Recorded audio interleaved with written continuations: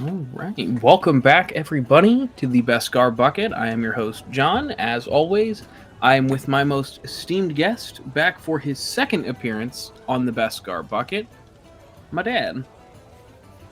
Hello, how's it going? So, today we are here for a very special occasion. We are a part of the Star Wars Podcast Day celebration. And I just wanted to mention real quick that the reason it is Star Wars Podcast Day today, February 7th, it is the 24th anniversary of Jedi Talk, the very first Star Wars related podcast, which premiered all the way back in 1999 on this very day, February 7th. So, I wanted to do something special for the day, and what's more special than bringing on my dear old dad to talk about Star Wars for an hour or so? Actually, I go by Orson now. You could refer to me that instead of Dad. Well, that is kind of a an inclination of what today's show is going to be about. So, without further ado, Mr. ID 61468. It's an honor to serve the Empire. So, if you haven't guessed already, Orson here has officially joined the 501st Legion as Director Krennic as of the January 6th? Yeah, somewhere around there. Yeah, I don't remember the exact date. I should, because I mean, it was honored to be in the 501st. You know, I think it was January 6th because so. I had a troop that day, and I remember when I got home, you got the email. So. Yeah, I'm like emailing you, or I'm like texting you like it was at midnight or something like that, and I'm like all excited about it. So yeah. So what were your first thoughts when I joined the 501st? Let's go all the way back when I joined. You know, I'll be totally honest with you.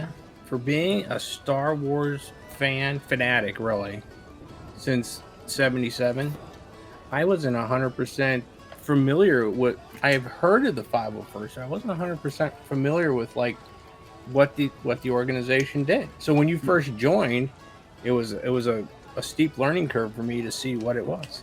Right. Well, I mean, you knew that like I already did like the costuming thing to begin with.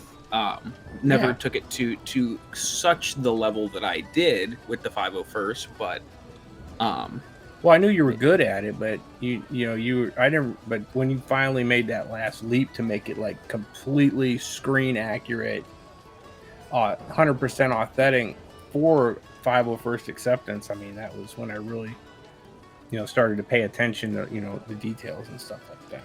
Well, I can't take too much credit for my first 501st costume because that was Marty's costume. I don't know if you've met Marty yet. I have not. Marty is a fantastic guy, just through and through. But he's also one of the best costumers that I've ever met. He does a fantastic Chewbacca, which I'm sure if you follow me on any of my personal social medias, you've seen. He's got a cavalry of costumes. Plus, he's got an excellent R2D2 that he does. But yeah, so can't take full credit for my first costume, but that's all right. But my second costume that I built for 501st standards was not even my own; it was yours because I was the one who originally got the skeleton of your costume, if you will, for myself that you just kind of yoinked from me. What's a father for? I guess. So yeah, what? I don't even remember why you got it, but yeah. We were up here and we were hanging out, and he brought it out, and I thought, let me try it on. And then as soon as I tried on the tunic, I was like, I got to be Director Krennic. And I became, I'm really obsessed with being Director Krennic, and that's when I started to put together the costume to get all the little pieces to make it 100% screen accurate. So. Well, you didn't put anything together. I was the one sending you the Amazon, the Etsy links. Let's pump the brakes a little bit here. Wow. Give me some credit. I kind of know what I'm doing. Listen, if you're gonna back the bus over me, right? At least be kind. Wow. But that is true. Yes, you're right. In all fairness, I did not put it together myself. Yeah. Well, I had got that costume for Halloween at work because they were letting us dress up, and then when I got it.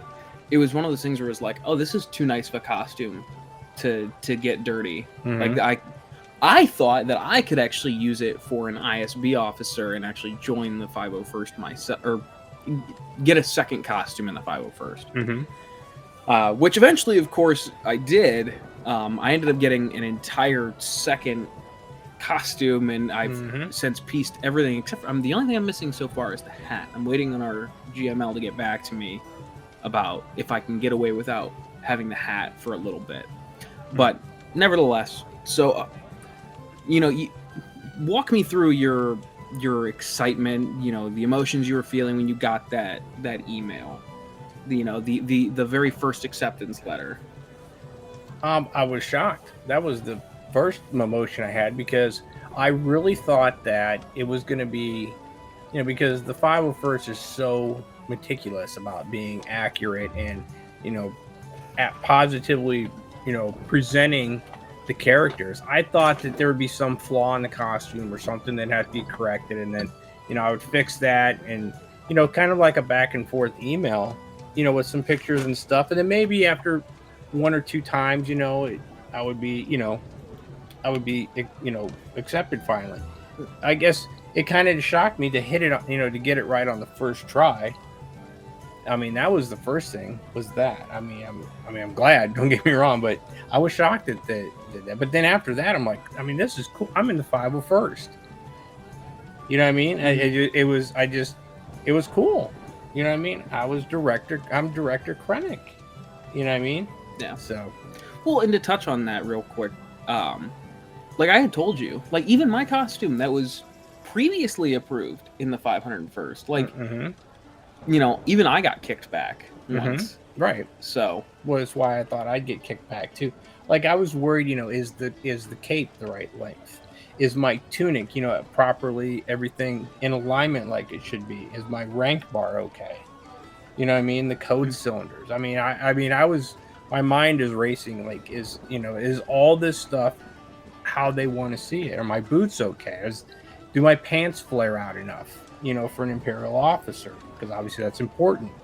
And I was worried that some of this stuff was just not going to cut it.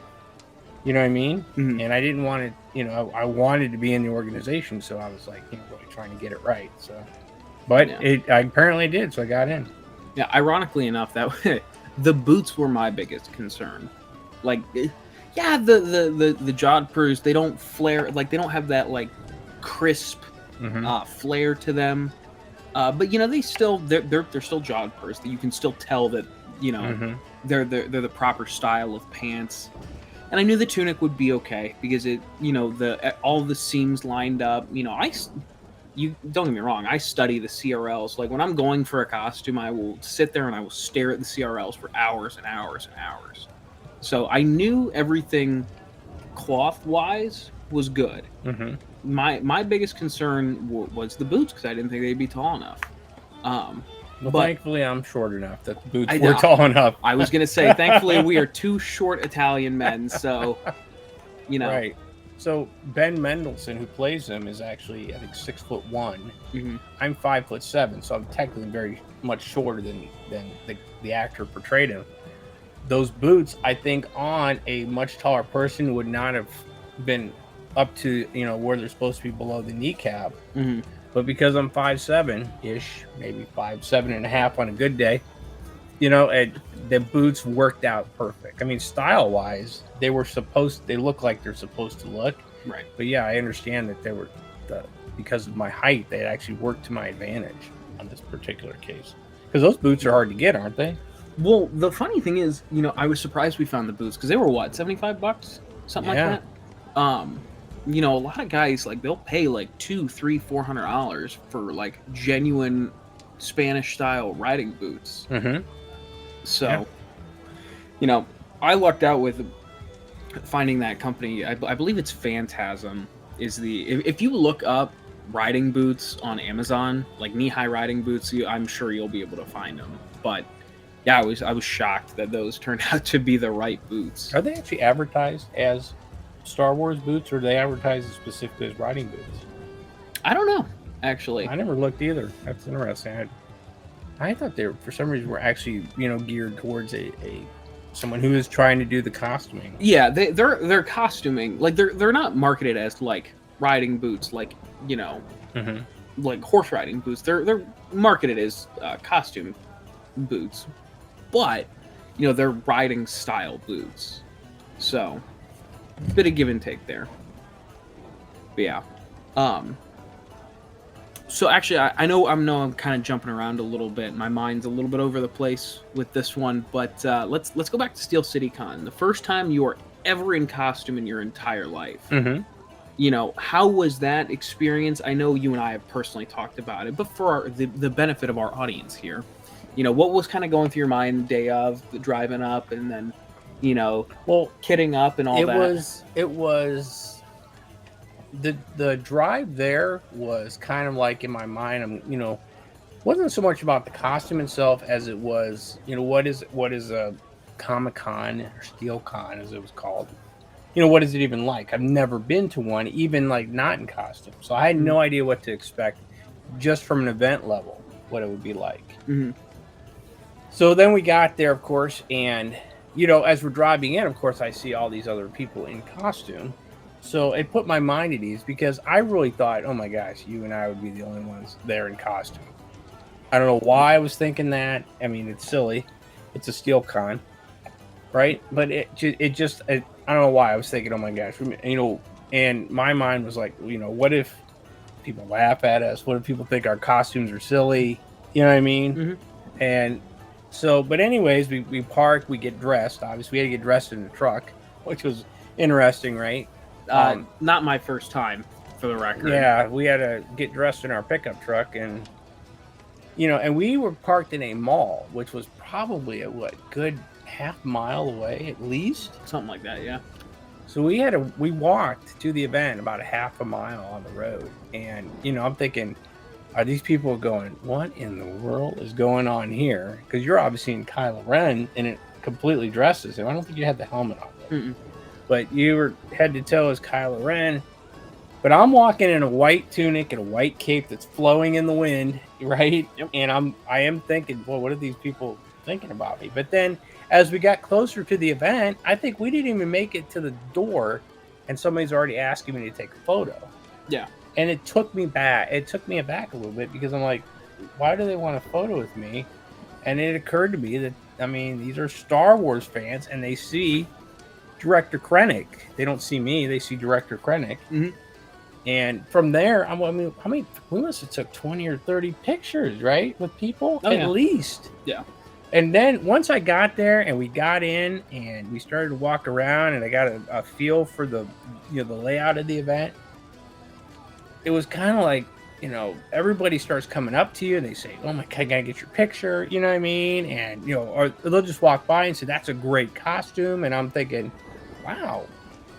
You know what I mean? Mm-hmm. But of course, the best part is when we met up with the 501st. They were Starkiller base, right? The Starkiller Garrison, yeah. Starkiller Garrison from Pennsylvania. And, I met up with them, and they're all telling me it's a great costume. And I'm like, well, that's a compliment. I'm not even in the 501st yet. I had not submitted my paperwork to be in. And I thought that was a great compliment. And I had some of them critique it, and they said, oh, no, this is fantastic. And they even took pictures with me. So I thought, boy, if they're willing to, snap a photo with me, they're probably thinking it's pretty good. And so, and then once I got in, we were there for what, maybe 90 minutes. I was totally into the character. Really, I was totally into the character. I'm walking around like my head held high, cape flowing. Yeah. Probably a little too much into the character because I was going to my head. But yeah, I was having a blast. Yeah, So. and I know I've told this story on the Inflatable Falcon before. However, I will tell it again for the Beskar Bucket audience as well. We've so we go to Steel City Con, and for those of you that are in the 501st, you got to take your PR picture in the middle of the event. So that way you can prove you're there. Blah blah blah.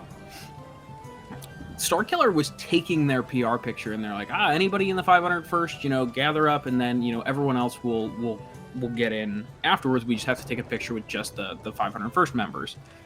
And I remember I told you, I was like, hey, would you snap a few pictures for me? Like, I'm gonna jump in this because I'm in the 501st.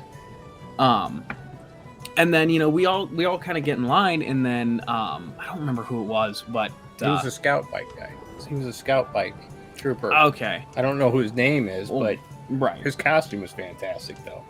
But he, we're all standing in line, and he yells, Krennic, go, come on, get in the picture.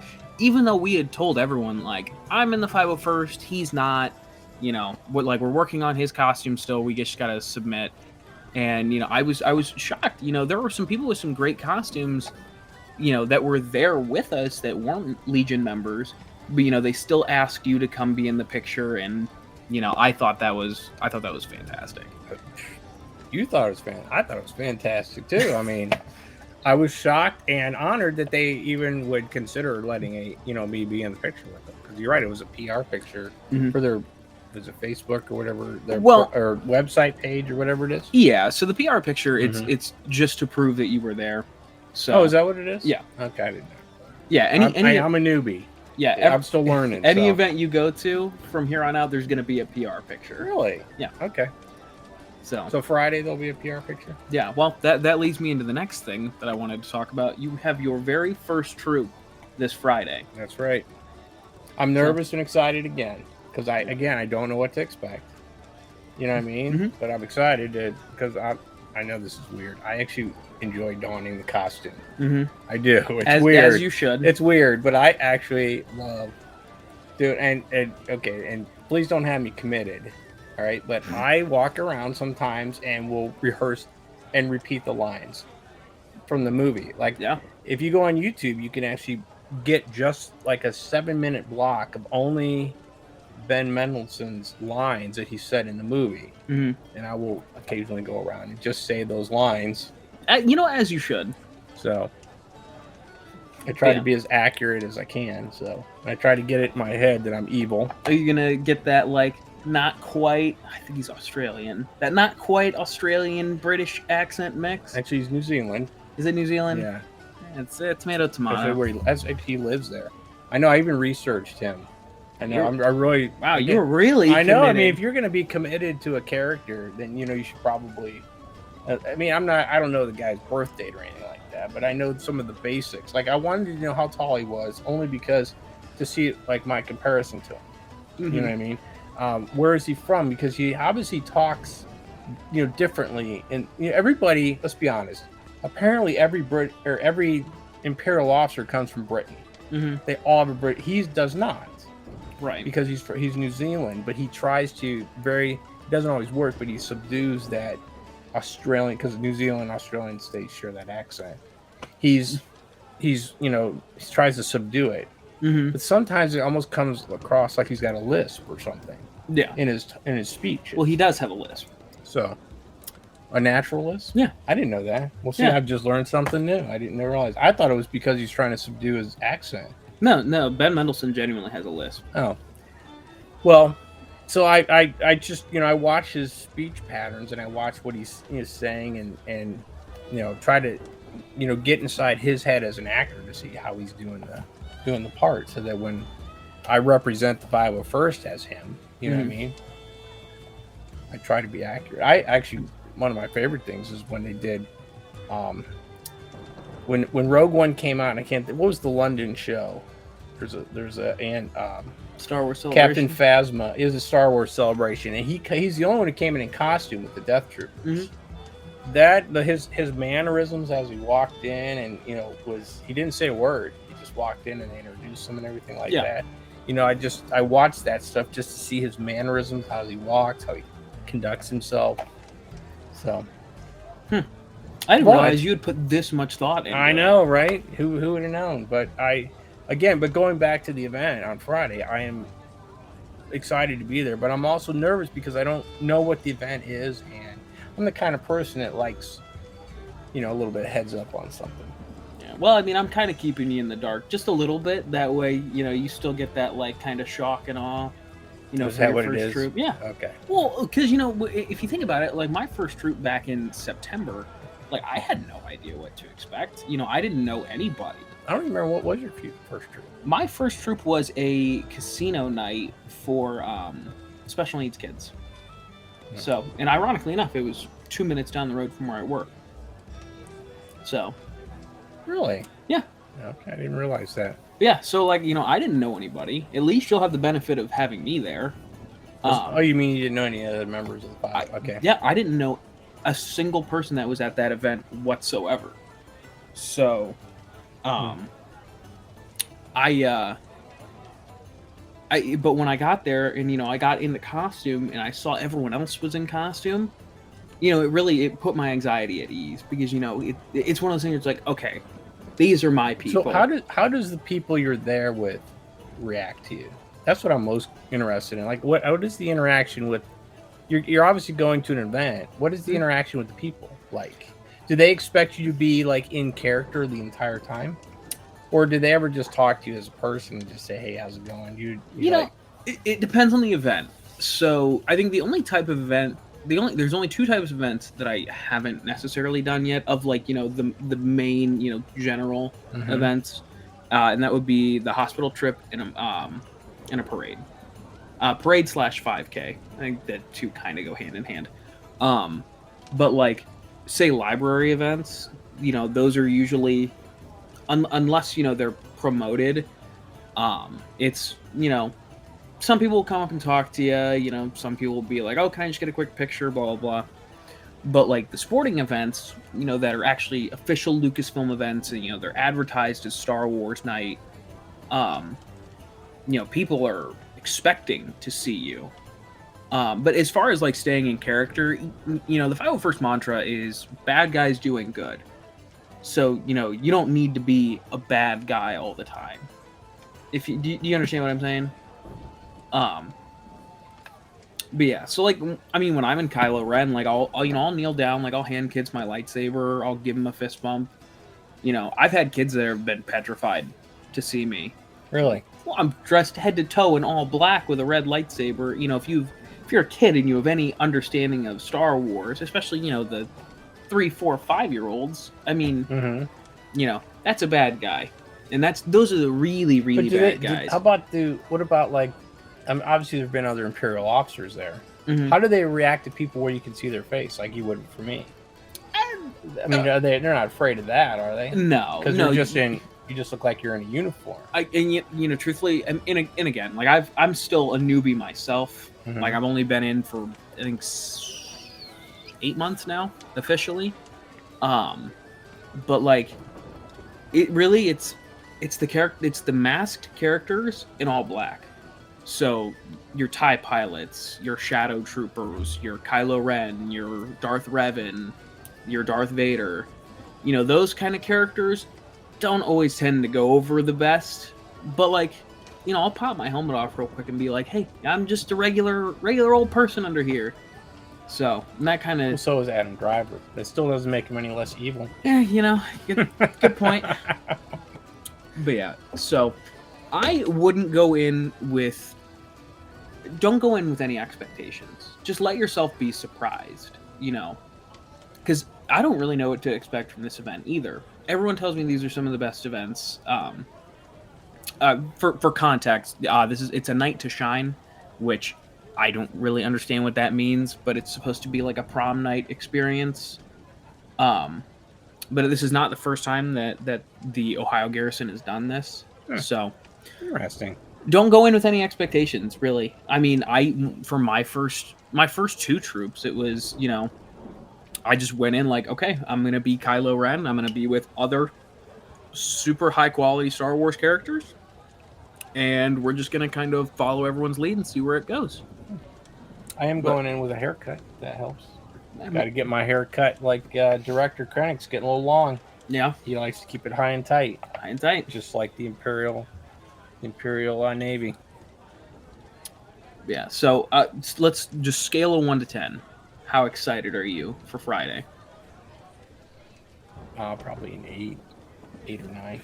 I mean, I'm pretty excited about it. That last bump is the nervousness, wanting to back it down a little bit because you don't know what to expect. So right. It's 8 to 2. It's 8 excited, 2 nervous. How's that? Yeah. Well, you're gonna have me there. Obviously, you're gonna have David, who he's already reached out to. He's our CO. And I think I know most of the people that are going to be at this one. So you're gonna be around other people in costume. I don't remember exactly what the lineup is, but I think David's finally bringing out his TK finally. I'm gonna be jealous then. Oh well, I think we've got 2 or 3 TKs, but yeah, you're that's next. I know, but again, you're not going to be the only one in costume. It's not. I'm not worried about the only one in costume this time, like I was for SteelCon. Mm-hmm. It's just more of like this is when I was at SteelCon, I was just there. This is a real 501st event. When you're representing an organization, you don't want to be an embarrassment to the 501st. Right. I want to be an asset. You know what I mean? And I don't know how to conduct myself as they would expect it to be. Right. I will always be professional, but like I don't know how they want what the expectations are at an event. So I'm really going to be I'm not gonna lie to you. I'd probably be somewhat reserved Friday night, watching how other people conduct themselves. Yeah. And then maybe the next time, when I have some sense of what to do, maybe I'll come out of my shell a little bit more. Mm-hmm. I'm not going to be a wallflower, but I'll probably be a little bit more reserved than you would expect as you come to know me as your dad. So yeah, and that's totally. I mean, it's to be expected. I was for my first event. I wasn't really talkative. I didn't know anybody. Thankfully, I had Danielle, who is now one of my better friends in the Legion, and just overall, they really helped me, break out of my shell, and now I've got this small group of friends that I can kind of lean on to help guide me through, and obviously I can pass that information on to you. But I'm sure you're gonna love David, you're gonna love Brian, our CO and our squad lead. So you're gonna have plenty of people to help you. I think that's the biggest thing that goes unsaid with the 501st. Maybe not specifically with the Ohio Garrison, but everyone's there for the same reason. We all love Star Wars. We all want to dress up as these characters and put a smile on people's faces. That's what we're there for. So everyone wants to help everyone else succeed in the group. So cool. Well, we'll find out. 5 short days. But so what else? What is next for you? What once you get past the approval, your first troop, what do you want to see afterwards? Do you have anything other than a TK in mind, or? No, I've always wanted to do the TK armor. I've always wanted to do the storm. I mean, that goes back to being a little kid. Mm-hmm. I have always been drawn to the TK armor, specifically, and I know this drives you nuts. It's the Death Star armor too. That shiny white, like the brand new, look like they're just out of the Stormtrooper Academy armor. Mm-hmm. Not the guys that are grungy. It's a little scratched. Mm-hmm. I want the shiny, pretty white. You know what I mean? Brand new armor looking TK stuff. So probably much more like you would see on the original Death Star. Mm-hmm. The only thing is, because I realize there's variations in the eyes because they weren't symmetrical, right? In A New Hope and stuff. I mean, there's some variations. Well, you will have to walk me through to get the approval, but that's probably next is TK armor.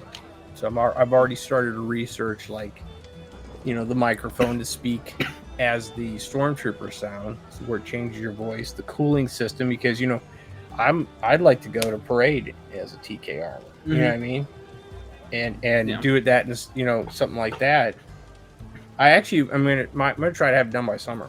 Mm-hmm. And if there's and get approved, and if I can, then if there's some parade or something, I actually wouldn't mind being in the TK armor for a parade.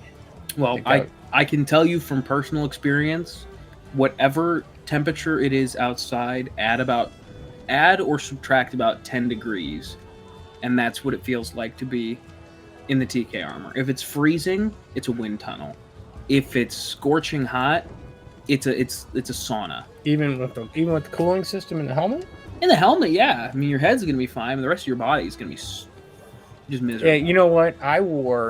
Think about what I wore for work. I had body armor on, and I wore long pants and all that t-shirts and everything, and boots, even if it was 90 degrees outside. Right. So I am no stranger to heat with wearing a lot of stuff. So it's probably not going to affect me as much as some other people would. That's fair. The only thing I'm worried about is, as long as and here's the thing, I know it sounds silly, if my head stays cool, sometimes it just naturally cools me. So, but we'll see.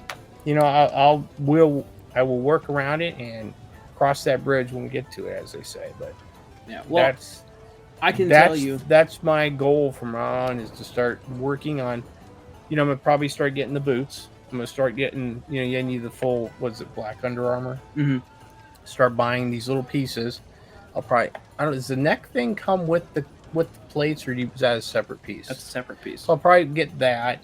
I'll probably start getting some of the other stuff you need. And then, the little thing, I know the gloves are separate too, aren't they? Yep. Which I thought that was odd. Why wouldn't that come in a kit? But, different size hands. Right? The only things you'll get in a kit is the outer armor. Right? It's any of the white armor. Yeah. That's it. So you need... There's a lot that goes into a stormtrooper that a lot of people don't understand. And I gotta get a blaster, because I actually want the blaster. Do they make ones that actually make the sound? I'm sure someone does in the Etsy sphere or on the forums. I'm not gonna lie, I want the blaster that makes the sound. Yeah, when you fire it. Well, the advice I will give you is keep an eye on the forums, on the be that the Ohio Garrison forums, the 1st Imperial Stormtrooper Detachment, and then just the General Legion forums.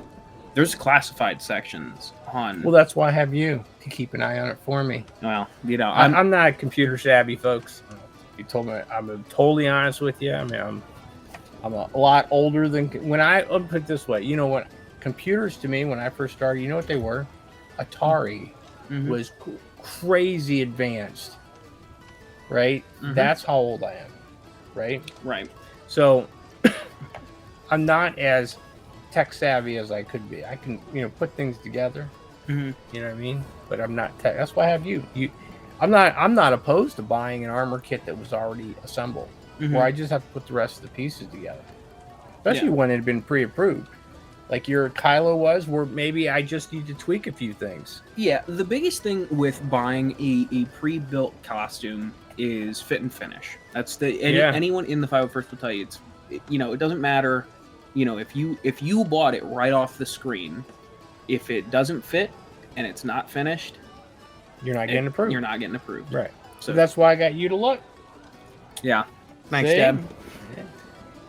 But yeah, there is one costume that obviously, like, I'm working on my officer right now, which ironically enough, I thought it was so funny, looking at the rank bars for the Imperial Security Bureau / Advanced Weapons Development Program. The 6 red or blue tiles on the rank bar is Deputy Director. So naturally, my favorite color is red. And you're already Director Krennic, so why can't I be Deputy Director Krennic? It is fitting. So, that obviously. So, wait a minute. 6. It could be 6 red or 6 blue. Is Deputy Director? Why would it be one color? Why wouldn't it be one color or the other? I don't know. Ask George Lucas. I know. I'm not gonna lie. Obviously he's listening to this right now. I'm sure he is, and I want to know why he made the rank system so complicated, because I've actually tried to look at it, sit down, read the rank system to try to, there's flow charts, and you go down, and here's Imperial Navy, and you go across, but this can also be a director for the ISB, and I'm like, who and what was he think? Was he, having a few beers when he did this? Because it's complicated, right? And certain ranks are the same bar, even though they're not even closely related. Like, what was the guy's? I can't think of his name now. From Andor, he was Major something. He was the guy who was in charge of that little ISB round table. Yeah, I forget his name. But The guy his from Game of rank Thrones. bar is actually a captain or something in the Imperial Navy. Mhm. Because I didn't realize you could take one rank bar and it slides over into ISB. They can just take whatever rank bar they want or something like that. Mhm. Yeah, it's crazy. It'll drive me nuts if you try to sit there and understand it. Well, I mean, it's the like Grand Moff Tarkin and Grand Admiral Thrawn. Mm-hmm. You know, Tarkin was he was the Imperial Army, and Thrawn was in the Navy. Same rank bar, different positions. So you had the I think it was five blue, 3 red, 2 yellow. No, it's 6. Is it 6? 6, 3, and 3. I've actually Yeah, looked at okay. it. But Wait a yeah. minute. The top is blue. 6 blue, 3 red, 3 gold. Yeah. Is Tarkin. Yeah. Yeah. And the same for Grand Admiral Thrawn. Right. But So I know it's Yeah. interesting. Maybe they should have picked more colors. Like maybe the army should have had green tiles or something. You know what I mean? Like, why didn't Lucas pick more colors? You could intermix them. In the 12, everybody could have had their own rank and color combination. Like you could look at it and go, oh yeah, that's a lieutenant in the army. You know what I mean? Yeah. Well, So- Lucas liked red and blue. Apparently. Unless you were Samuel L. Jackson. Which, by the way, off topic, but one of my favorite clips from behind the scenes of Star Wars is, are there any purple lightsabers? Oh, there could be. All right. But no, the reason I was saying that is, I want to do the ISB officers because I think that's a cool costume to begin with. Mm-hmm. But the other costume that I need to convince you, because I'm also working Oh boy. I'm working on Oh convincing boy. Mike and Ken, All right. What is it? which I know Mike's on board. I don't know about Ken, but the Narkina 5 prisoner outfit. The white jumpsuits with the orange stripes. Trust me, I've already looked into it. What? They're working on the CRLs. I don't know if it's going to be Rebel Legion or if it's going to be 501st, which I would assume Rebel Legion. That would be awkward for me to be in a prisoner costume. Well, but that. I think after my officer is done and approved, I think I'm gonna work on doing some research into doing the Narkina 5 prisoner, because I Really? absolutely. Well, okay, so Star Wars Celebration, which the next time it's in the States, we're going. I don't care what I have to do. I'm at least going. I'll leave you behind if I have to. Okay. But Where is it at? well, this year it's in London. I think next year it'll be back. So what they usually do is they do West Coast, out of the States, East Coast, and then more central. So like they did Orlando, Chicago, Anaheim, London. That was the last 4 celebrations. So next year I'll be in Orlando?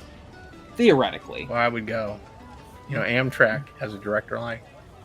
Yeah, I would kind of hope it was in Chicago. I might wear my outfit on the Amtrak train.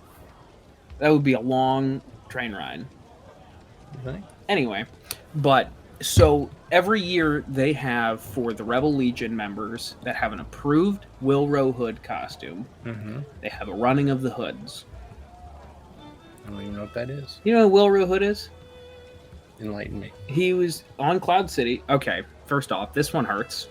Wilro Hood is one of the most infamous characters in all of Star Wars. I probably know lore. who it is. It's just the name isn't ringing a bell. He's the Cloud guy. City. Cloud City. He's dressed in the orange jumpsuit, and he's the one carrying the Camtono, the ice cream maker. Come on. Why man. am I drawing a blank here? I've seen. Come on, man. I've seen it. Empire Strikes Back. 500 times. Why am I drawing a blank? You seriously don't? You don't remember the guy? I running know with the ice cream. Yeah, the ice cream maker. It's an inside joke because nobody realized it was just an ice cream maker. Right, and then they made it into something. They made it into a little locking safe. Right, and not think it. Yeah, I'll have to look at it, Google it because it Jesus. is. I know I'm embarrassed. Am I getting kicked out of the 501st now? Oh, you might. Thank God you're not. In I'm Rebel Legion. gonna be sanctioned by the organization. You're gonna have charges brought up against you. Probably. Hell, I might bring charges up against you for that one. Fake fan. I think it's clearly shown my inadequacies as a military director. Fake fan. Anyway, but yeah, so they do a running of the hoods. Where everyone dressed in an approved. They've cracked down on it. Like, you got to be an approved member to be in the running of the hoods. Mm-hmm. But the people who have an approved Wool Row hood costume, they will go with their Camtonos and they will run through the floors of Celebration. They're doing the same thing now. Actual running? Yes. Maybe a light jog. Either way. Is there a walking version? I could do walking. I got a bad knee. Anyway. The Imperial Security Board's been rough on me. Yeah, do you not have any Imperial medical insurance? Yeah. The First Order has impeccable insurance. Oh, Didn't you know? I did not know that. You can thank yours truly for talking to Snoke about that one. But, that's a topic for another time. Yeah. Anyway, but they're trying to do the same thing for the Narkina 5 prisoners. Really? They're running of the prisoners. One way out. Okay. One way out. You know what I was thinking while you've been saying this whole time, and I cannot remember. What was the thing they said? I'm glad that you were paying attention to what I was saying. On something. On program. On program. I could not remember that. Thank you for paying attention to what I've been saying for the last 10 minutes. I have been paying attention. You're running with the running of the ice cream maker. I see it in your forehead right now. Like, I can see into your brain. It's literally just a fucking symbol monkey going on up there while I'm talking. That's awkward, but it's not a symbol monkey. Anyways, so running of the prisoners, one way out. I got all that, and they want to have that at the Star Wars Celebration. I was paying attention. I just couldn't remember when they said what it was on program. That's what it was. Oh my god. So yeah, that's the next costume that I want us to do. I want us to do the Narkina 5. I'm still curious as to see which. Why is it called the Narkina 5? Or is that because that was the planet? That was the planet. Yeah, okay. But yeah, it was the Narkina 5 prison complex. Okay. So. I think Emperor Palpatine is calling me. Hold on one sec. Oh, yes. I've got a meeting with him later. Oh, so busy. So many things to attend to. Yeah, is everything okay on the Imperial front? Just a great many things to attend to. Wow. That was low-hanging fruit. What? I missed the fruit. What was it? You said, is everything all right in the Imperial front? Yeah, and you said a great many things to attend to. That was low-hanging fruit. Oh, because that's a line from the movie. Wow. Right over your head. Right over my head, man. Wow. What can I say? But yeah, so I'm there's not a whole lot of convincing for Mike, but can I? It's going to take more than that for me. I don't know. What? I don't know if I want to do the Narkina 5 it's prisoner such thing. A cool costume. Is it though? They're prisoners. They don't have shoes on. Are we wearing shoes? They were falsely imprisoned. Are we wearing shoes? They make. I'm not walking around an event barefoot. I swear to God, they make fake feet. Okay, I mean, I really, swear to God, they literally you wear them like shoes, and you're like not feet. Selling this that good so far. Why not? We're getting farther away, not closer. I beg to differ. I'll show you afterwards. I don't know if I'm wearing fake feet. Why? Because it's awkward. The other example on the forums that I saw is getting the flats. The women's shoes flats. They'll put insoles on top of them that are invisible, so it's still barefoot, but you're not like touching the floor with your feet. I've never seen those, but I mean, I don't shop do you know what for insoles women's are? Clothing that often, but do you know what insoles are? Yeah. Can you imagine one that's just clear?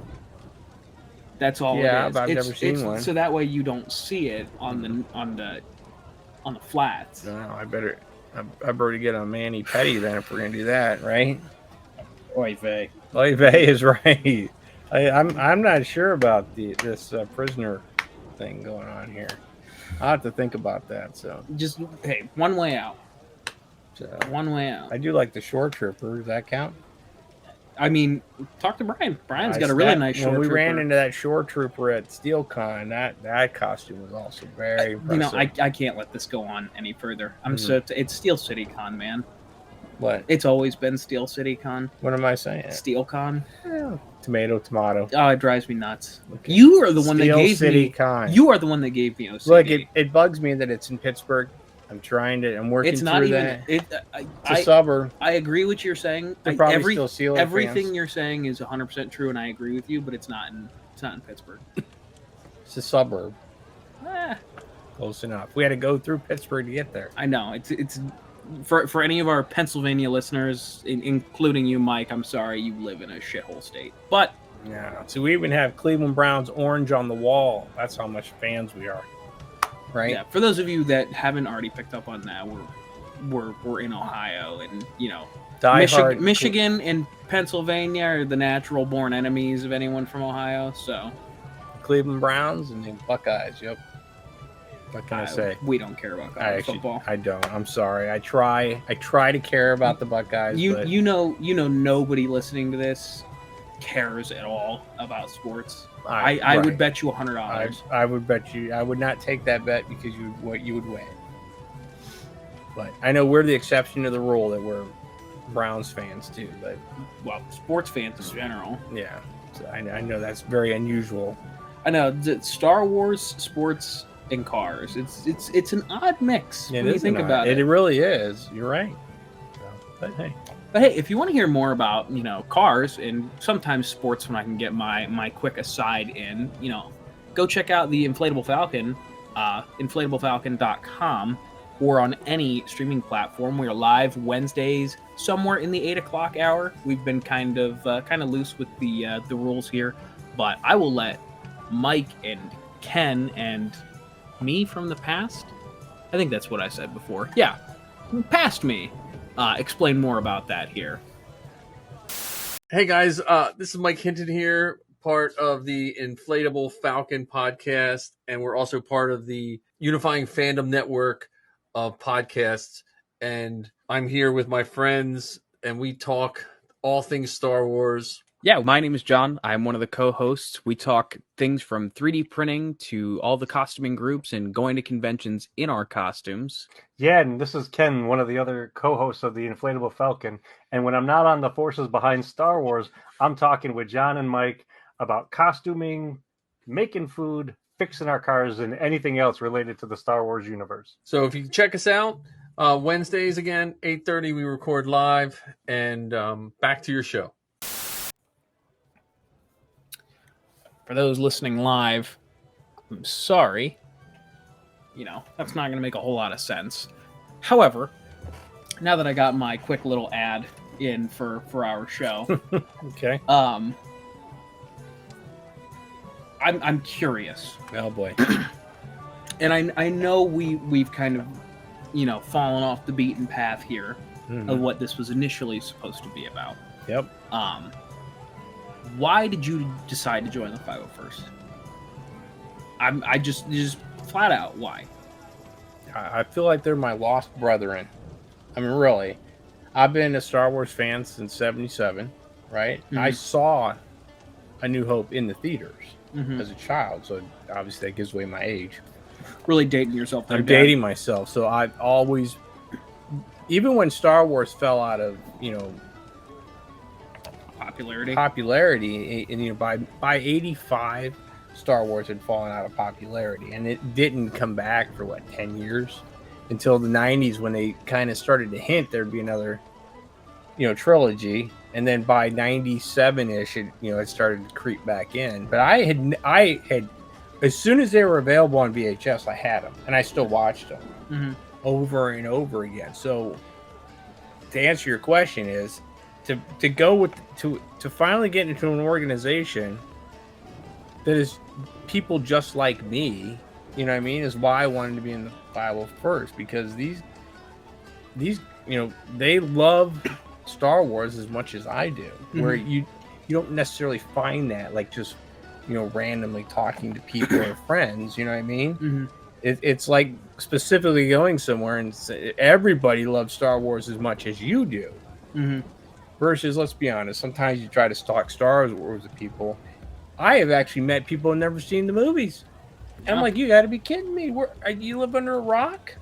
Even if you didn't like Star Wars, they're on so much on television or available on Disney Plus and all these other, sources. You would think somewhere along the line they produce so much content You know what I mean? It was played so much that you would seen something somewhere.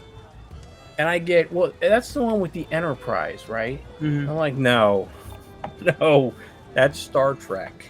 How does it make you feel? You know what I mean? So again, we're going full circle. To answer your question is, it's my lost brethren, the people that I've always hoped were out there that I can finally actually talk to and relate to, without like.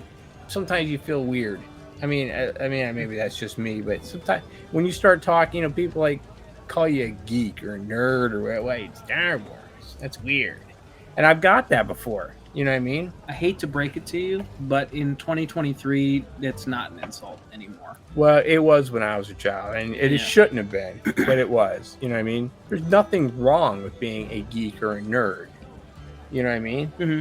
And when I was young, it was an insult. It was, someone trying to put you down, and it shouldn't have been. But I'm glad that it's not anymore, because I am. I'm a nerd and a geek, and I'm proud of it now. Yeah, I mean, clearly, I wear it literally on my sleeves every single day. Yes, you do. So, but I real quickly back to what you said, that some people have never seen Star Wars. Mm-hmm. How does it make you feel that some people's knowledge of Star Wars starts and ends with Grogu, Baby Yoda? That's the only thing they know. I've met people who are like, yeah, I know Baby Yoda. I mean, I guess you got to start somewhere. I mean, but that is just. I guess it's Baby Yoda. Who doesn't like? They've never hold on, but I've met people who've never seen The Mandalorian, but they know who Baby Yoda is. Baby Yoda is, yes. I understand. I've met some people like that myself. Granted, I mean, when you merchandise the hell out of it, you're right. It's everywhere. Hell yeah. I just bought you waffles with Baby Yoda. But you need to get more. I ate the last one yesterday. That. Make a note, folks. Grocery store trip tomorrow. Yeah. Eggo's has Galactic Homestyle Mandalorian Season 3 themed waffles. They are no different than any of their other products. However, they taste better because they're Star Wars. And I think that's the moral of the story. You add Star Wars to anything and it's always better. And cost more. And costs more. Right. I think they were another $1 or so. Lucas was not dumb about marketing. You got to give him credit for that. He was a genius. Look, if you have the foresight to retain all international merchandising rights, you're a genius. You're doing something right.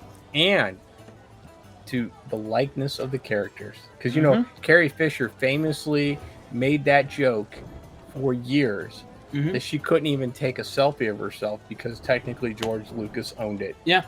I think that was one. I mean, it's funny, but it's genius on his part. Oh God, what was the other half of that joke? It was she couldn't even look in the mirror without writing Lucas a royalties check. Yes, that's what it was. But there's some truth to that, which is crazy, right?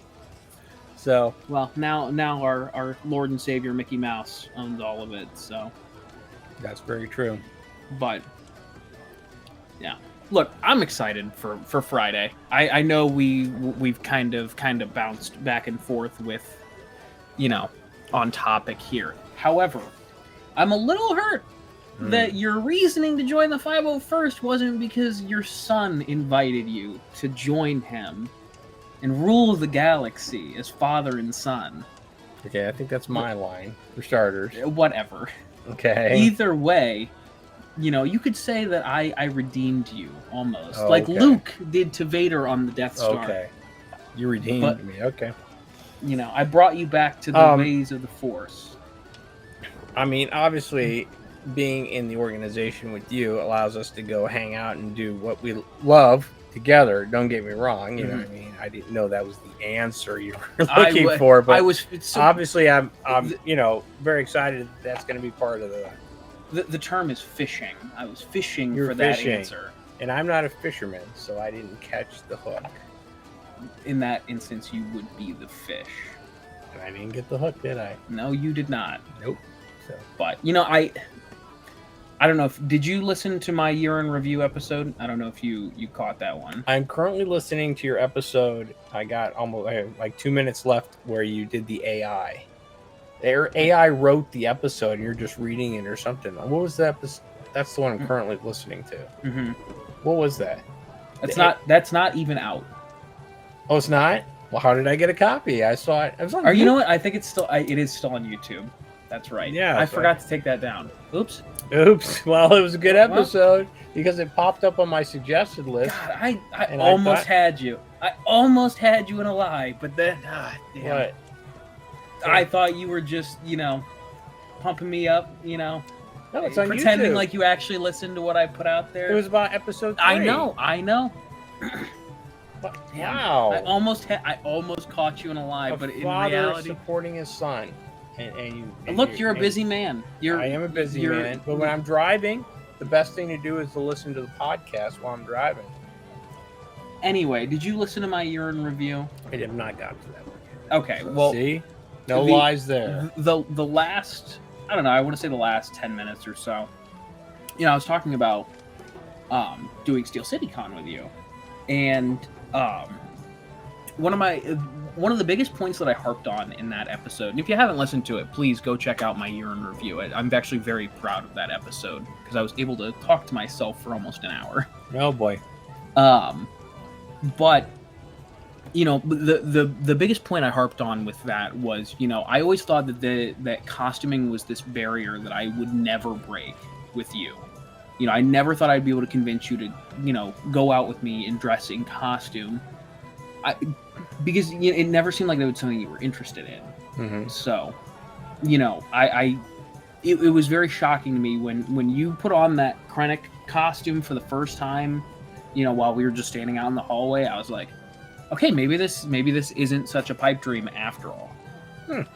Because we do a lot together. I didn't think I would ever want to do it either, because of being nervous about being in costume in public. It's one thing to do it privately, but because not everybody's a Star Wars fan, I was worried that they would be laughing at me like, look at this. Maybe we should, we should call the EMS because he's clearly lost it. Right. But we do a lot together. I have never been shy to admit that I'm essentially a carbon copy of you. You have imprinted on me a lot throughout my childhood and now into my adult years. We've got season tickets for the Browns that we do every year. We talk about cars, we talk about Star Wars, but in my 23, almost 24 years now, the one thing that I've never gotten you to do is costuming. So being at Steel City Con with you and, seeing you with a smile on your face the entire time in costume, that was a big moment for me.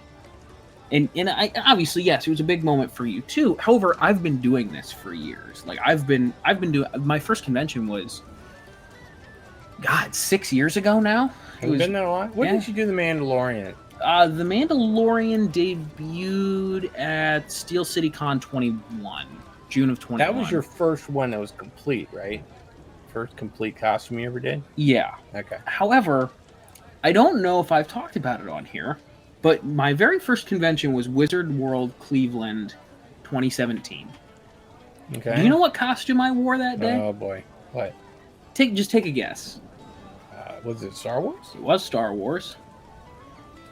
I don't know, because I never even knew you had any back that far. They were really bad, quickly boy. thrown together costumes. What Because was I wasn't taking it seriously. I was still in high school when I went. Okay, what was it? It was Director Krennic.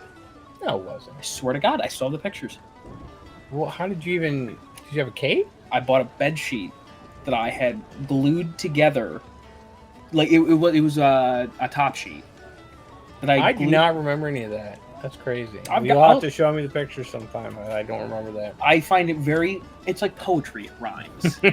It's poetry, yep. That both of our first conventions, we went as Director Krennic. I'm kidding. Okay, I didn't know that. That's cool. But yeah, so it's a little ironic, but it's a very big moment for me because, like I said, I've been doing this for 6 years now. It's actually almost in a month it'll be 6 years that I've been hitting the convention circuit and going in costume. And, slowly over time I've been taking it more seriously. Obviously, up until now, where I'm going for the most authentic I can, the most screen accurate, and to break that barrier and to do it with you as opposed to you just being a bystander and an observer. a spectator, Mm-hmm. I got a little emotional when I think about it. Oh, So, because this is my hobby. This is my favorite thing to do in my free time. Is to put costumes together, to see okay, well, how can I do this the most cost effective, but also time effective, but maintaining that quality, that screen accuracy. It's almost like a puzzle to me. Okay, well, because Mike and I have this saying, you can only have two of these three things. You can either have it be cheap, you can have it quick, or you can have quality. mm-hmm. So, but you can only ever have two. So if you want it quick and you want it quality, it's going to cost a lot. But if you want it quick and cost effective, it's not going to have the same quality. You see what I'm getting at here? It's like a really messed up game of rock, paper, scissors. I guess. But yeah, so it's trying to figure out the balance of the three. Honestly, I've told you before, you're Director Krennic. You were my guinea pig to see what the most cost-effective way to put an officer together was. And, without spending $200-300 on boots, without spending $200 on the tunic. Mm-hmm. So, and I'm very fulfilled when I'm able to get a costume put together that looks right, that fits right, that has the general vibe, if you will. So, and like I said, to bring you into this, to do it with you, it's very fulfilling for me, because that's just one more thing that you and I get to do together now. I'm thinking how cool it'll be when I get my TK armor. Yeah, and then you could go as an ISB officer, and I'll just follow you around. Exactly. The thing with TKs are, I believe the TK is the most common costume in the 501st. What? Because hell, there were a million TK guys lost their lives on the first Death Star. Wasn't that the fictional number or something like that? It was like a million. Million. But anyway, TKs always look better together, but you need that one other costume to really make it look like a crowd. Because if you just get a bunch of stormtroopers together, yeah, you get a bunch of stormtroopers. But if you got someone leading the stormtroopers, then it's cool. Have you ever had anybody be a Death Trooper? I haven't seen anybody in person, but I know people that do Death Troopers. Is there anybody that's short that's never done one? Because they were 6'5" in the movies, right? Mm-hmm. Their minimum height or something. Yeah. So do they kind of require you to be that tall, or can anybody be it? Anybody can do it. Okay. The thing with the 501st is you could be a 6'8" Jawa, and you can be a 5'4" Vader. There is no limitations as long as the costume fits you properly, mm-hmm. and it's screen accurate. Those are the bare minimum requirements. Is it looks right and it fits right. So, you don't have to be 6'3", 6'4" to be Vader. Just have a good tailor. Exactly. As long as it looks proportional to your build. Yep. So they don't discriminate in the 501st, which I think that's fantastic. They don't discriminate based on anything other than the costume itself. Let me just be clear. Right. You're not getting in with cardboard and Scotch tape. Yeah. What if that's screen accurate though? It's not. I can tell you for 100% that it's not. Lucas had a little bit bigger budget than that. Just a touch. I think he milked 21st Century Fox or 20th Century Fox for as much. Has it ever been disclosed how did he make the original TK armor? That's a question for Ken. I always wondered that. I don't know why I've never even thought to research. Maybe I will because I'll want to know, just like I did with Krennic. I want the background of it. Mm-hmm. I'm not so much like how he designed it because his everything was a kind of work in progress for Lucas. If you ever watched, but physically, how did he make it? Aren't they made in vacuum molds now? That's how they made them originally. Did they make them vacuum mold? That's how they did the original suits. Yeah, they had a sculptor in England.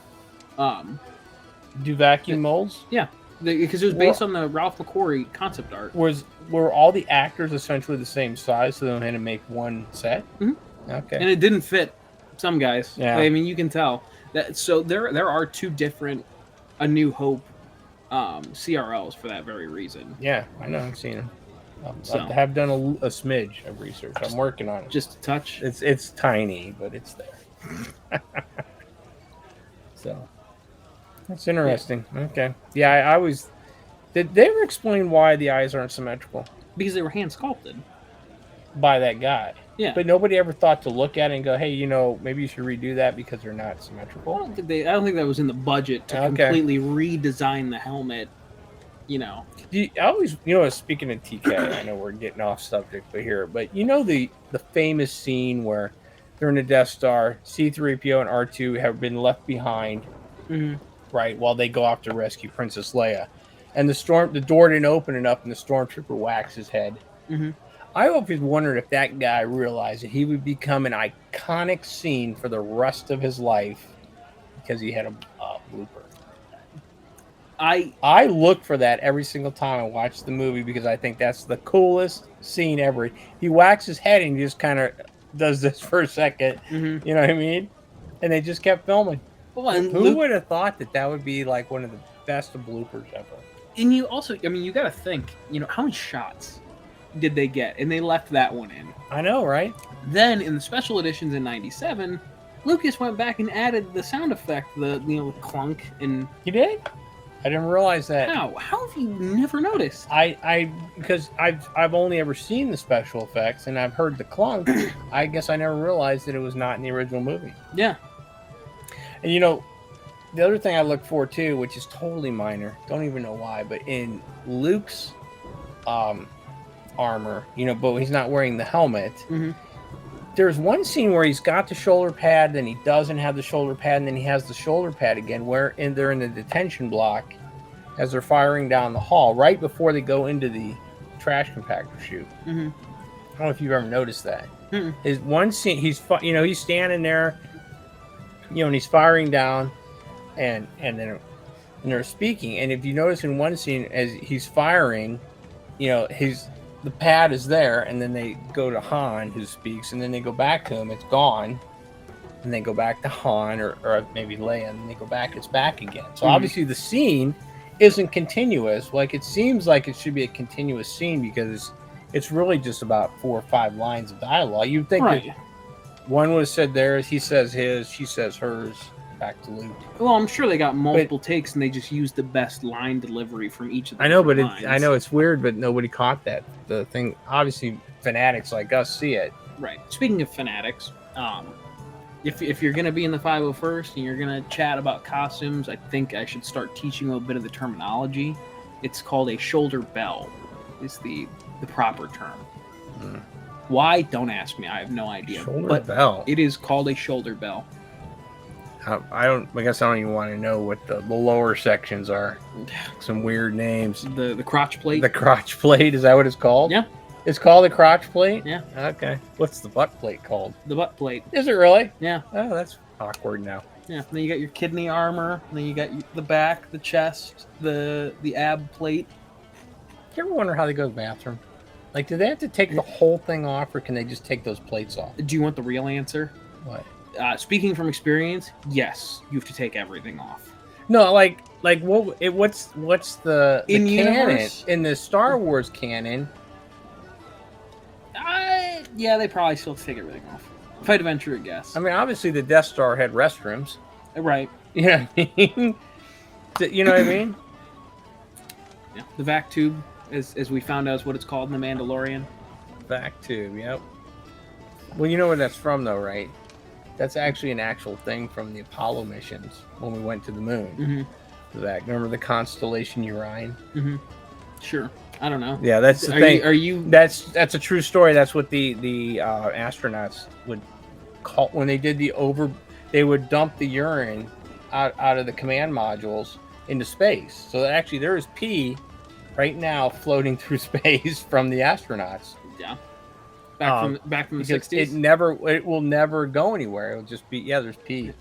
It's not like circling the Earth. It's literally just out in space floating. There's 60-year-old piss. 60-year-old space. piss, right? So, anyways, yeah, they would call it the Constellation Urine because it was actually an overboard urine dump. Because they didn't, if you, and this is getting off topic again. I'm sorry, It's folks, still space. but you know because of the way they weren't underpowered going to the moon. They blasted the rockets, shut them off, and just let velocity because there's no gravity or air to slow them down. They could go at 3,000 miles per hour with no rockets or anything. Yeah. Right. Well, even just dumping, even if just weight distribution one way or another could actually put them off course. So they had to be very careful about urine and poop. They had to dispose of it so that it didn't take them off course. Right. So they had little nozzles and it sprayed back so that it wouldn't change the trajectory of the command module and the lunar module. Yeah, I know. I love documentaries on NASA too, obviously, because the real actual people have been in space. God, I cannot wait to get you and Ken in a room together. You know what I think is terrible, a travesty? Why have no Star Wars characters been to space, but they've sent Captain Kirk And The Rock. and The Rock? I mean, when is Elon Musk gonna? Is it Elon Musk who does it? When is he gonna send somebody from Star Wars? I'm sure Mark Hamill will go. I mean, I bet you Mark Hamill would definitely do it. Yeah. He seems like he would, and I mean, I don't know about Harrison Ford. He's getting up there, but then again, Shatner went at what 90? 91. I mean, Harrison Ford, I think, is 80 this year, right? Yeah, that sounds right. I guess he could do it. Hell, he flies. Wow. No, he doesn't. They Not took anymore. his license away. Yep. Sorry, Harrison, if you're listening. I heard about you had a little problem with the plane Well, landing inappropriately, but yeah, but he's still playing Indiana Jones, and I think that is, you know what?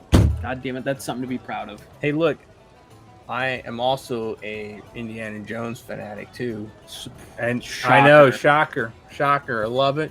Watch them every single time. I've warmed a little bit to the Crystal Skull. I don't like it as much as the original 3, but I have warmed to it. I can get through the movie now. I'm really, really looking Hold the forward phone. to the Dial of Time, though. I think that's going to be a great movie this summer. Dial of Destiny. I am not going to sit here again. Oh, geez. I have told you for years that I liked the Kingdom of the Crystal Skull. Since I was a kid. Nope, it's awful. It's terrible. It's a bad Indiana Jones movie. It's not true to the character. It's this, it's that, it's another. Shia LaBeouf swinging through the jungle with the monkeys. It's ridiculous. As if, getting your heart ripped out in the middle of a cave isn't, whew, that's where we draw the line, though. Swinging like Tarzan, not a man ripping out another man's heart. His still beating heart. Anyway. Totally, it could totally happen, though. Voodoo magic. I will not have you sit here and no. Hold the phone. Okay. This is the same argument we had about the prequels. You told me, maybe not directly, but I didn't understand because I was a kid and blah, blah, blah. I didn't know any better. I was just amazed at the spectacle. And then I grow up and I say, I like all the Indiana Jones movies. I think they're all good. And no, the Temple of Doom is bad. The Kingdom of the Crystal Skull is terrible. And look where we are in 2023. The movies I liked as a kid, you're surprisingly warming up to. Look, I will look, never. I get it. Back down from the opportunity to call you out for being a hypocrite. Okay, look, I get Someone's it. got to hold you accountable. For 1,000 generations, I have denied those movies. Don't. Okay? Don't. All right? But look, here's the crazy thing. Oh, please enlighten me. I actually like the Crystal Skull like this much more than Temple of Doom. I still have trouble getting through the Temple of Doom only because the beginning of the movie is just kind of awkward and it's slow. You know what I mean? Mm-hmm. All the way up until the part where they're like, eating the monkey brains. That up into that, and then the whole twist between Ford and Kate. Is it Kate Capshaw? What was her name? Steven Spielberg's wife. Yeah, I don't know her. Up until that thing, where he's trying to bang her and stuff like that, and, then they finally get into the movie where they get, they go through and they go into the room with the spikes, Until you get to that point, the movie is kind of like, it's hard to get through. But then after they get to that, then it kind of gets exciting because the movie is more Indiana Jones-ish. Mm-hmm. I hate the beginning of it, though. That stupid song and dance thing. You don't like the Shanghai scene? I hate the Shanghai scene. I just don't like it. Look, it's been a while since I've seen all four. Actually, I went back and watched Last Crusade a couple weeks ago because I didn't know they were on Paramount Plus, which I guess I should have guessed. However, I only found out a couple weeks ago because I'm not as diehard of an indie fan as I am Star Wars. Well, obviously, yeah, I'm not either, but I do. I didn't know until about a month ago that the Temple of Doom was a prequel to Raiders of the Lost Ark.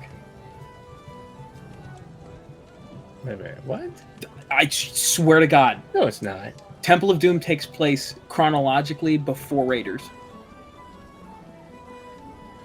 Are you sure? I swear to God. Okay, I'm gonna have to research that because I've never I'm heard not that kidding. ever in my life. I I thought you were going to tell me that you didn't realize General Veers was in like the last Crusade or something. But I didn't. you didn't know General Veers was in You the didn't know last- who Will Rowe Hood was. Don't give me that shit. Wow. But this is General Veers. He is like a key component of the original trilogy. You're talking about guy with an ice cream machine, okay? He's just making snow cones for the snow troopers. Will Rowe Hood was one of the most Okay. iconic characters in Star Wars history, all right? General Veers brought down power generators so that they could land Imperial forces on the Hawk base. Oh, but he let him get away, huh? Not General Veers. General Veers was General on Veers, the assault. when you think about Why it, did General Veers is the only one out of the Imperial officers who actually did his job. Admiral Piet? He was sent down to. Vader said, "Get your butt down to the planet, take out those power generators, and secure that base so that I can come down there." Why didn't he use a walker to blow any of the transports out of the sky? Because the walker's head doesn't go that high. They only articulated at an angle, and they can't fire that high. Yeah, but I mean, And those if you're transports looking at, were behind the base. They weren't in front of the base where he was coming. He came in the front door. His transports left from the back door. yeah, but they still gotta go up at an angle. Yeah, They but weren't went going away. straight They up. went away. They didn't go towards They didn't fly over top of the. Why are we They- arguing about this? This is canon. I mean, this is. Why are we arguing about this? I don't know. Why are we arguing about this? You didn't know who Will Rowe Hood was. You've lost brownie points. Okay. Well, you didn't know General Veers was in Indiana Jones. I so feel like not knowing one of the most important pieces of Star Wars he is history actually in. is far more important than not realizing that General Veers. Wait, hold on. What? He was the broker, the guy from the beginning of Last Crusade. Not the flashback scene. He was the guy who hired Henry Sr. Yes, and then I he was the guy. He was the rich guy Yeah. who was actually conspiring with the Nazis right. to find the Grail. Yeah. That's General Veers. I don't know. So I think Anyway. I think it's weird that him and Han Solo share so much screen time together. Yeah, but still, And they're that. natural enemies. But Spielberg, who made the movies, Lucas was I don't know if you know that he's the was the executive producer of the movie. I mean, no He- wonder he was in it. He was the creator. I thought Spielberg created it. Mm-hmm. Spielberg directed it. You're right. Right. Lucas created So- Indiana Jones, God, we were and that's right because so far Spielberg off the topic. wanted his dream was to direct a James Bond movie, Right. but he was never going to get a James Bond movie because he wasn't British, and so they came up with a James Bondish archaeologist. That's what he's supposed to be like. So the Indiana Jones was created by George Lucas, Mm-hmm. and I don't know if you know this, but when Star Wars premiered, Lucas wasn't at any of the premieres. Him and Spielberg went on vacation to Hawaii, which is when Spielberg talked about wanting to direct a Bond film, Mhm. and that's when Lucas was like, well, I've got a story treatment for this character that's better than a James Bond movie. Mhm. That's when he pitched him Indiana Jones, Right. Which, Yep. in the other thing was Lucas told Spielberg that he had 3 movies. He had a trilogy. He had 1 movie. He had the idea for Raiders of the Lost Ark, and that was it. Yeah.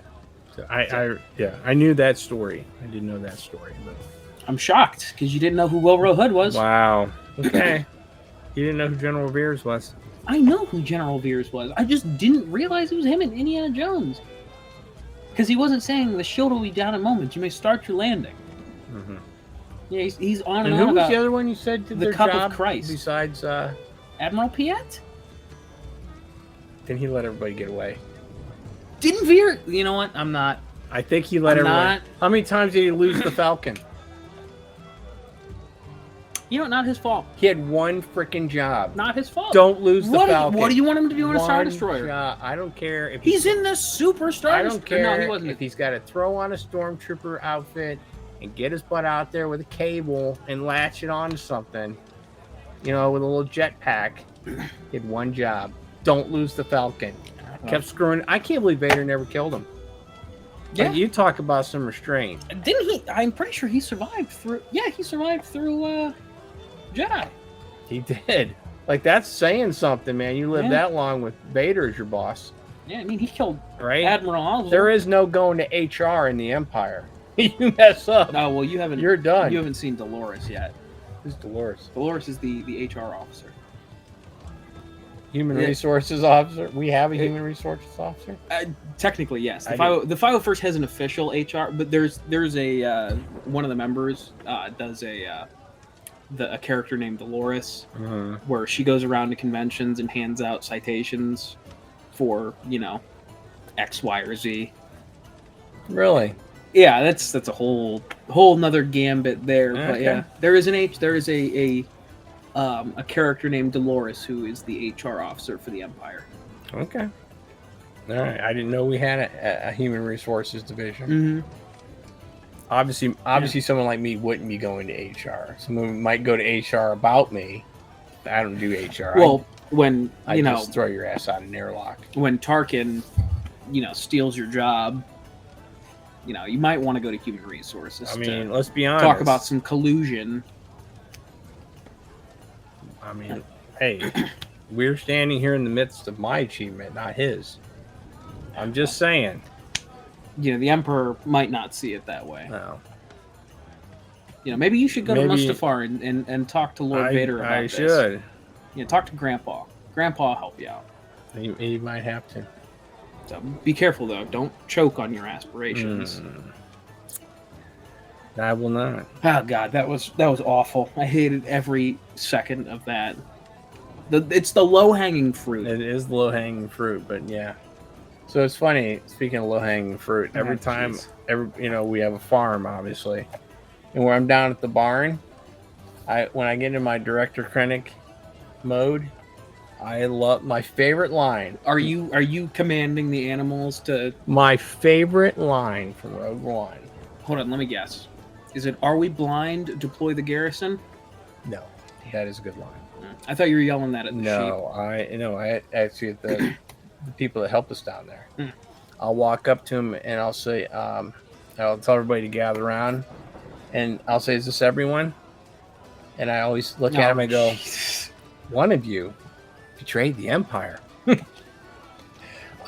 That's my favorite line from the movie. I don't know why. If we ever have like horses get out Yeah. while you're at the barn, please just are we blind? Deploy the garrison. I'm gonna do it. I'll do it.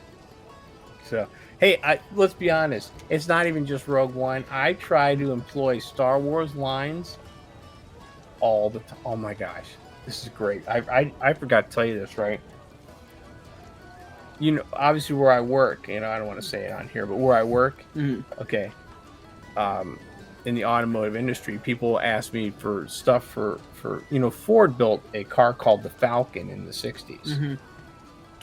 Every single time they asked me for a part for the Falcon, I'll say, is there a submodel to it? You know, a submodel would be like if you had a truck. Is it a a high country or is it a some trim level of the Mhm. truck? So I was asking that, and it was like, oh, I don't know which one it is. I said, well, is it the Millennium Edition? Not one person, and I've done it probably a half a dozen times. Not one person has said, "Ha ha, I get it, Millennium Falcon." No one has got it ever. You- And I do it so subtly. Like, oh, I need something for a 62 Falcon. Oh, is that the Millennium Edition? No, I think it's just a base. you know what? I understand that one is low hanging fruit. But That if is super low, and they don't get that one. I really you need to really break out everything. You know, is that a Carillion model? Is it the Ooh, I never is thought that I'm gonna do that is one. that Yeah. the YT 1300? Oh my god, is your engine? Is that the one with the YT 1300 model? You know what?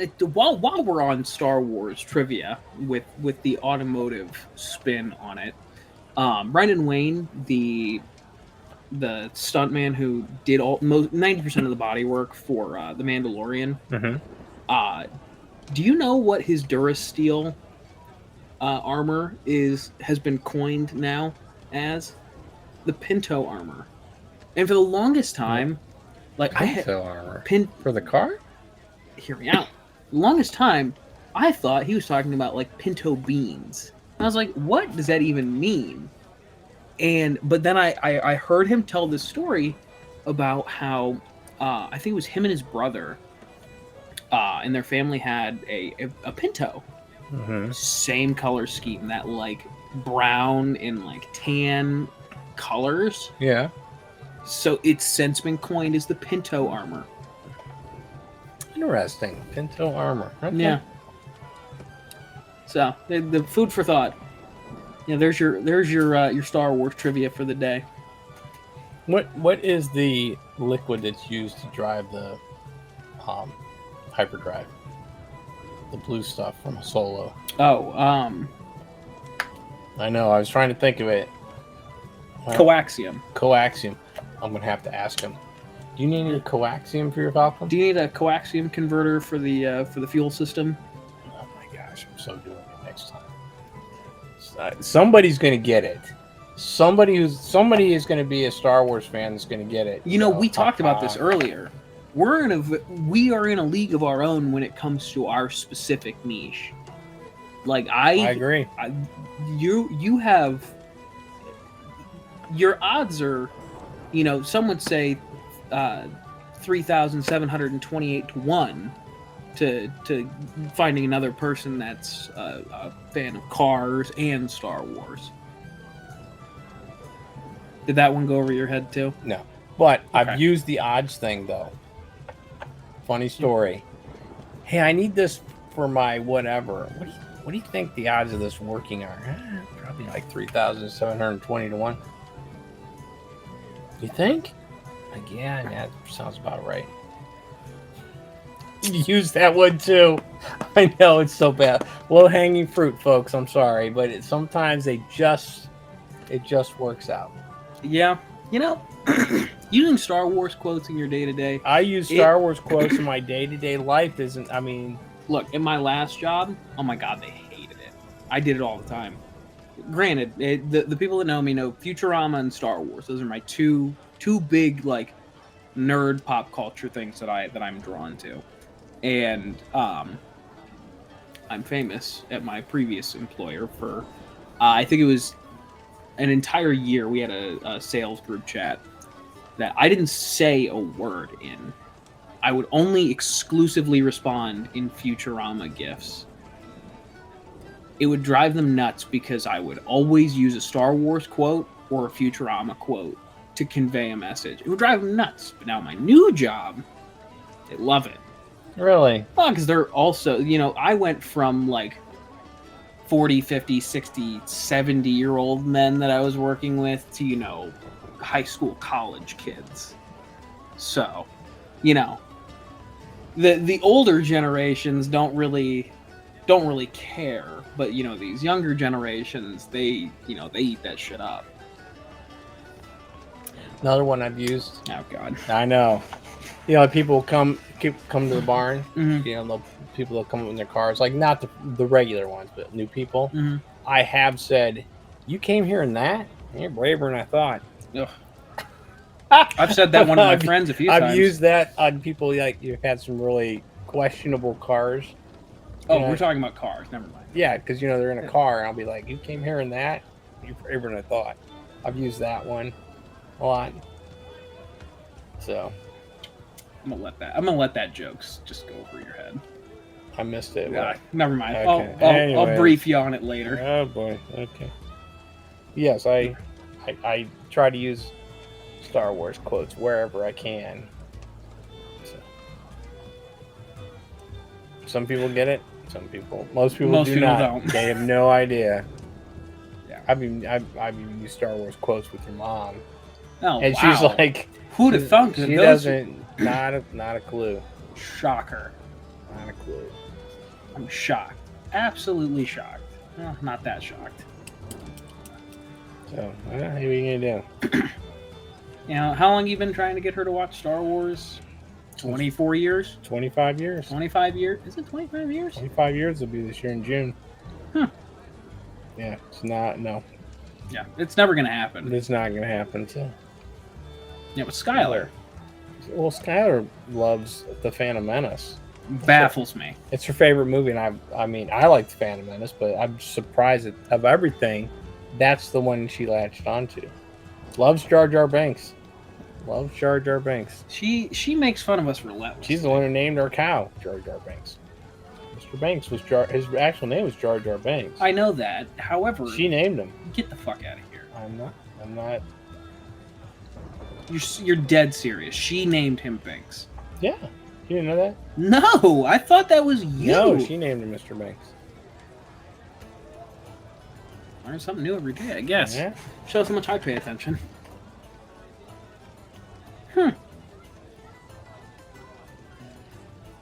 First off, she hates Star Wars. What? But she likes that. She likes Jar Jar, and she liked Phantom Menace. Yeah, I just work here, sir. I'm sorry. I could get you to customer service if you like, if you have further questions. But Can yeah, you forward me to Dolores? so I look forward you to Dolores and HR so you can discuss this. So Wild. I know it's crazy. So all right, any other questions for me? No, Where are we going? Where are we going from here? We have been all over the board. Indiana Jones, cars, quotes, 501st. I mean, The future. future. Yeah. We got to go back to the future. One of my favorite, and speaking back to quotes real quick, when I'm in the barn and people are screwing around, move along. That's another one. I use it all the time down there. Move along. How did we get there from Back to the Future? I don't know. It just made me think of that real quick because I said TK. Move along. I mean, not a quote I get to use a whole lot, but to make my point of Back to the Future relevant, give it some weight. Doc, you're telling me you built a time machine out of a DeLorean? So that's always a fun one. But that seems like a good a place as ever to wrap this up. It's heavy. It's heavy.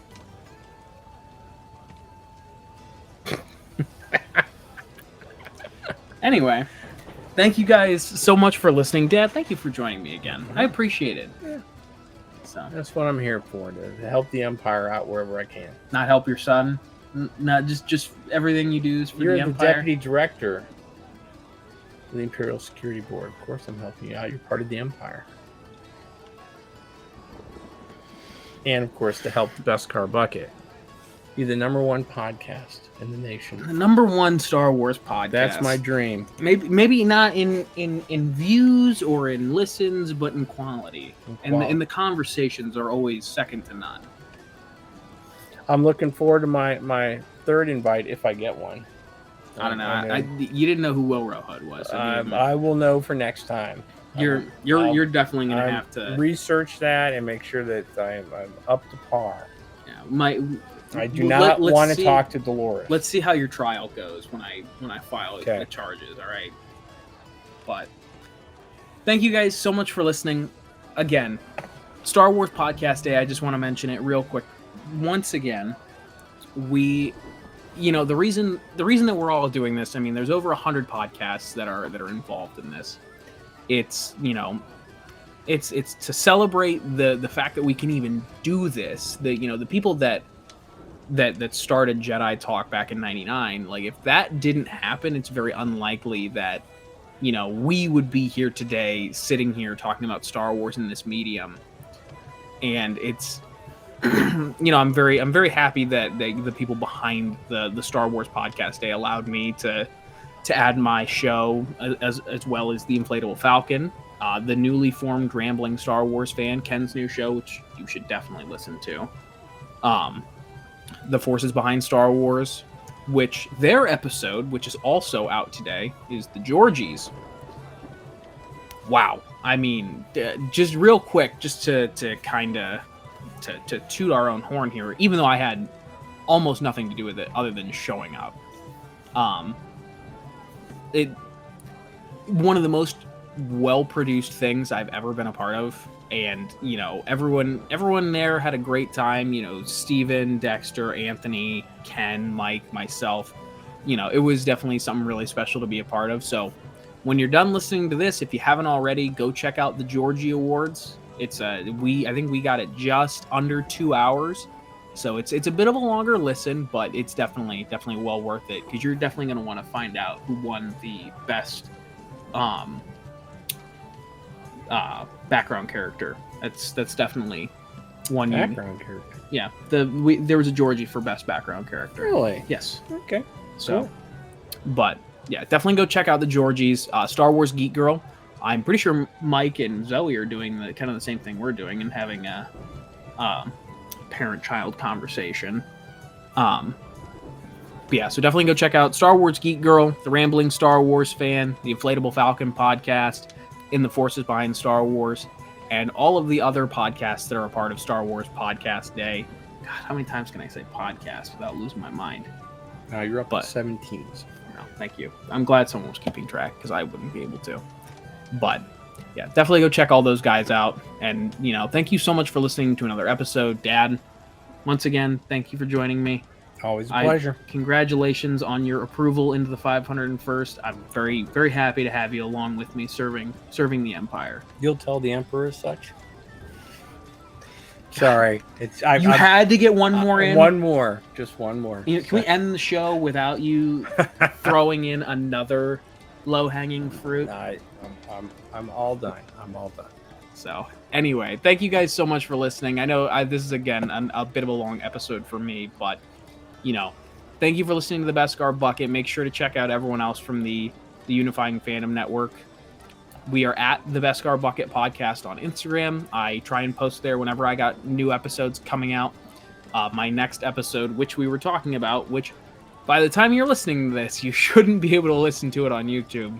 The next episode that I have already recorded was I had an AI generate me a script for an episode of the podcast that I read off. It's a really quick listen. It's just about 15 minutes, but I think it's really interesting. You're really going to like it. So check us out at the Beskar Bucket Podcast on Instagram. You can also find us at thebeskarbucket.com, where you can find links to the rest of our shows under the Unifying Fandom Network banner.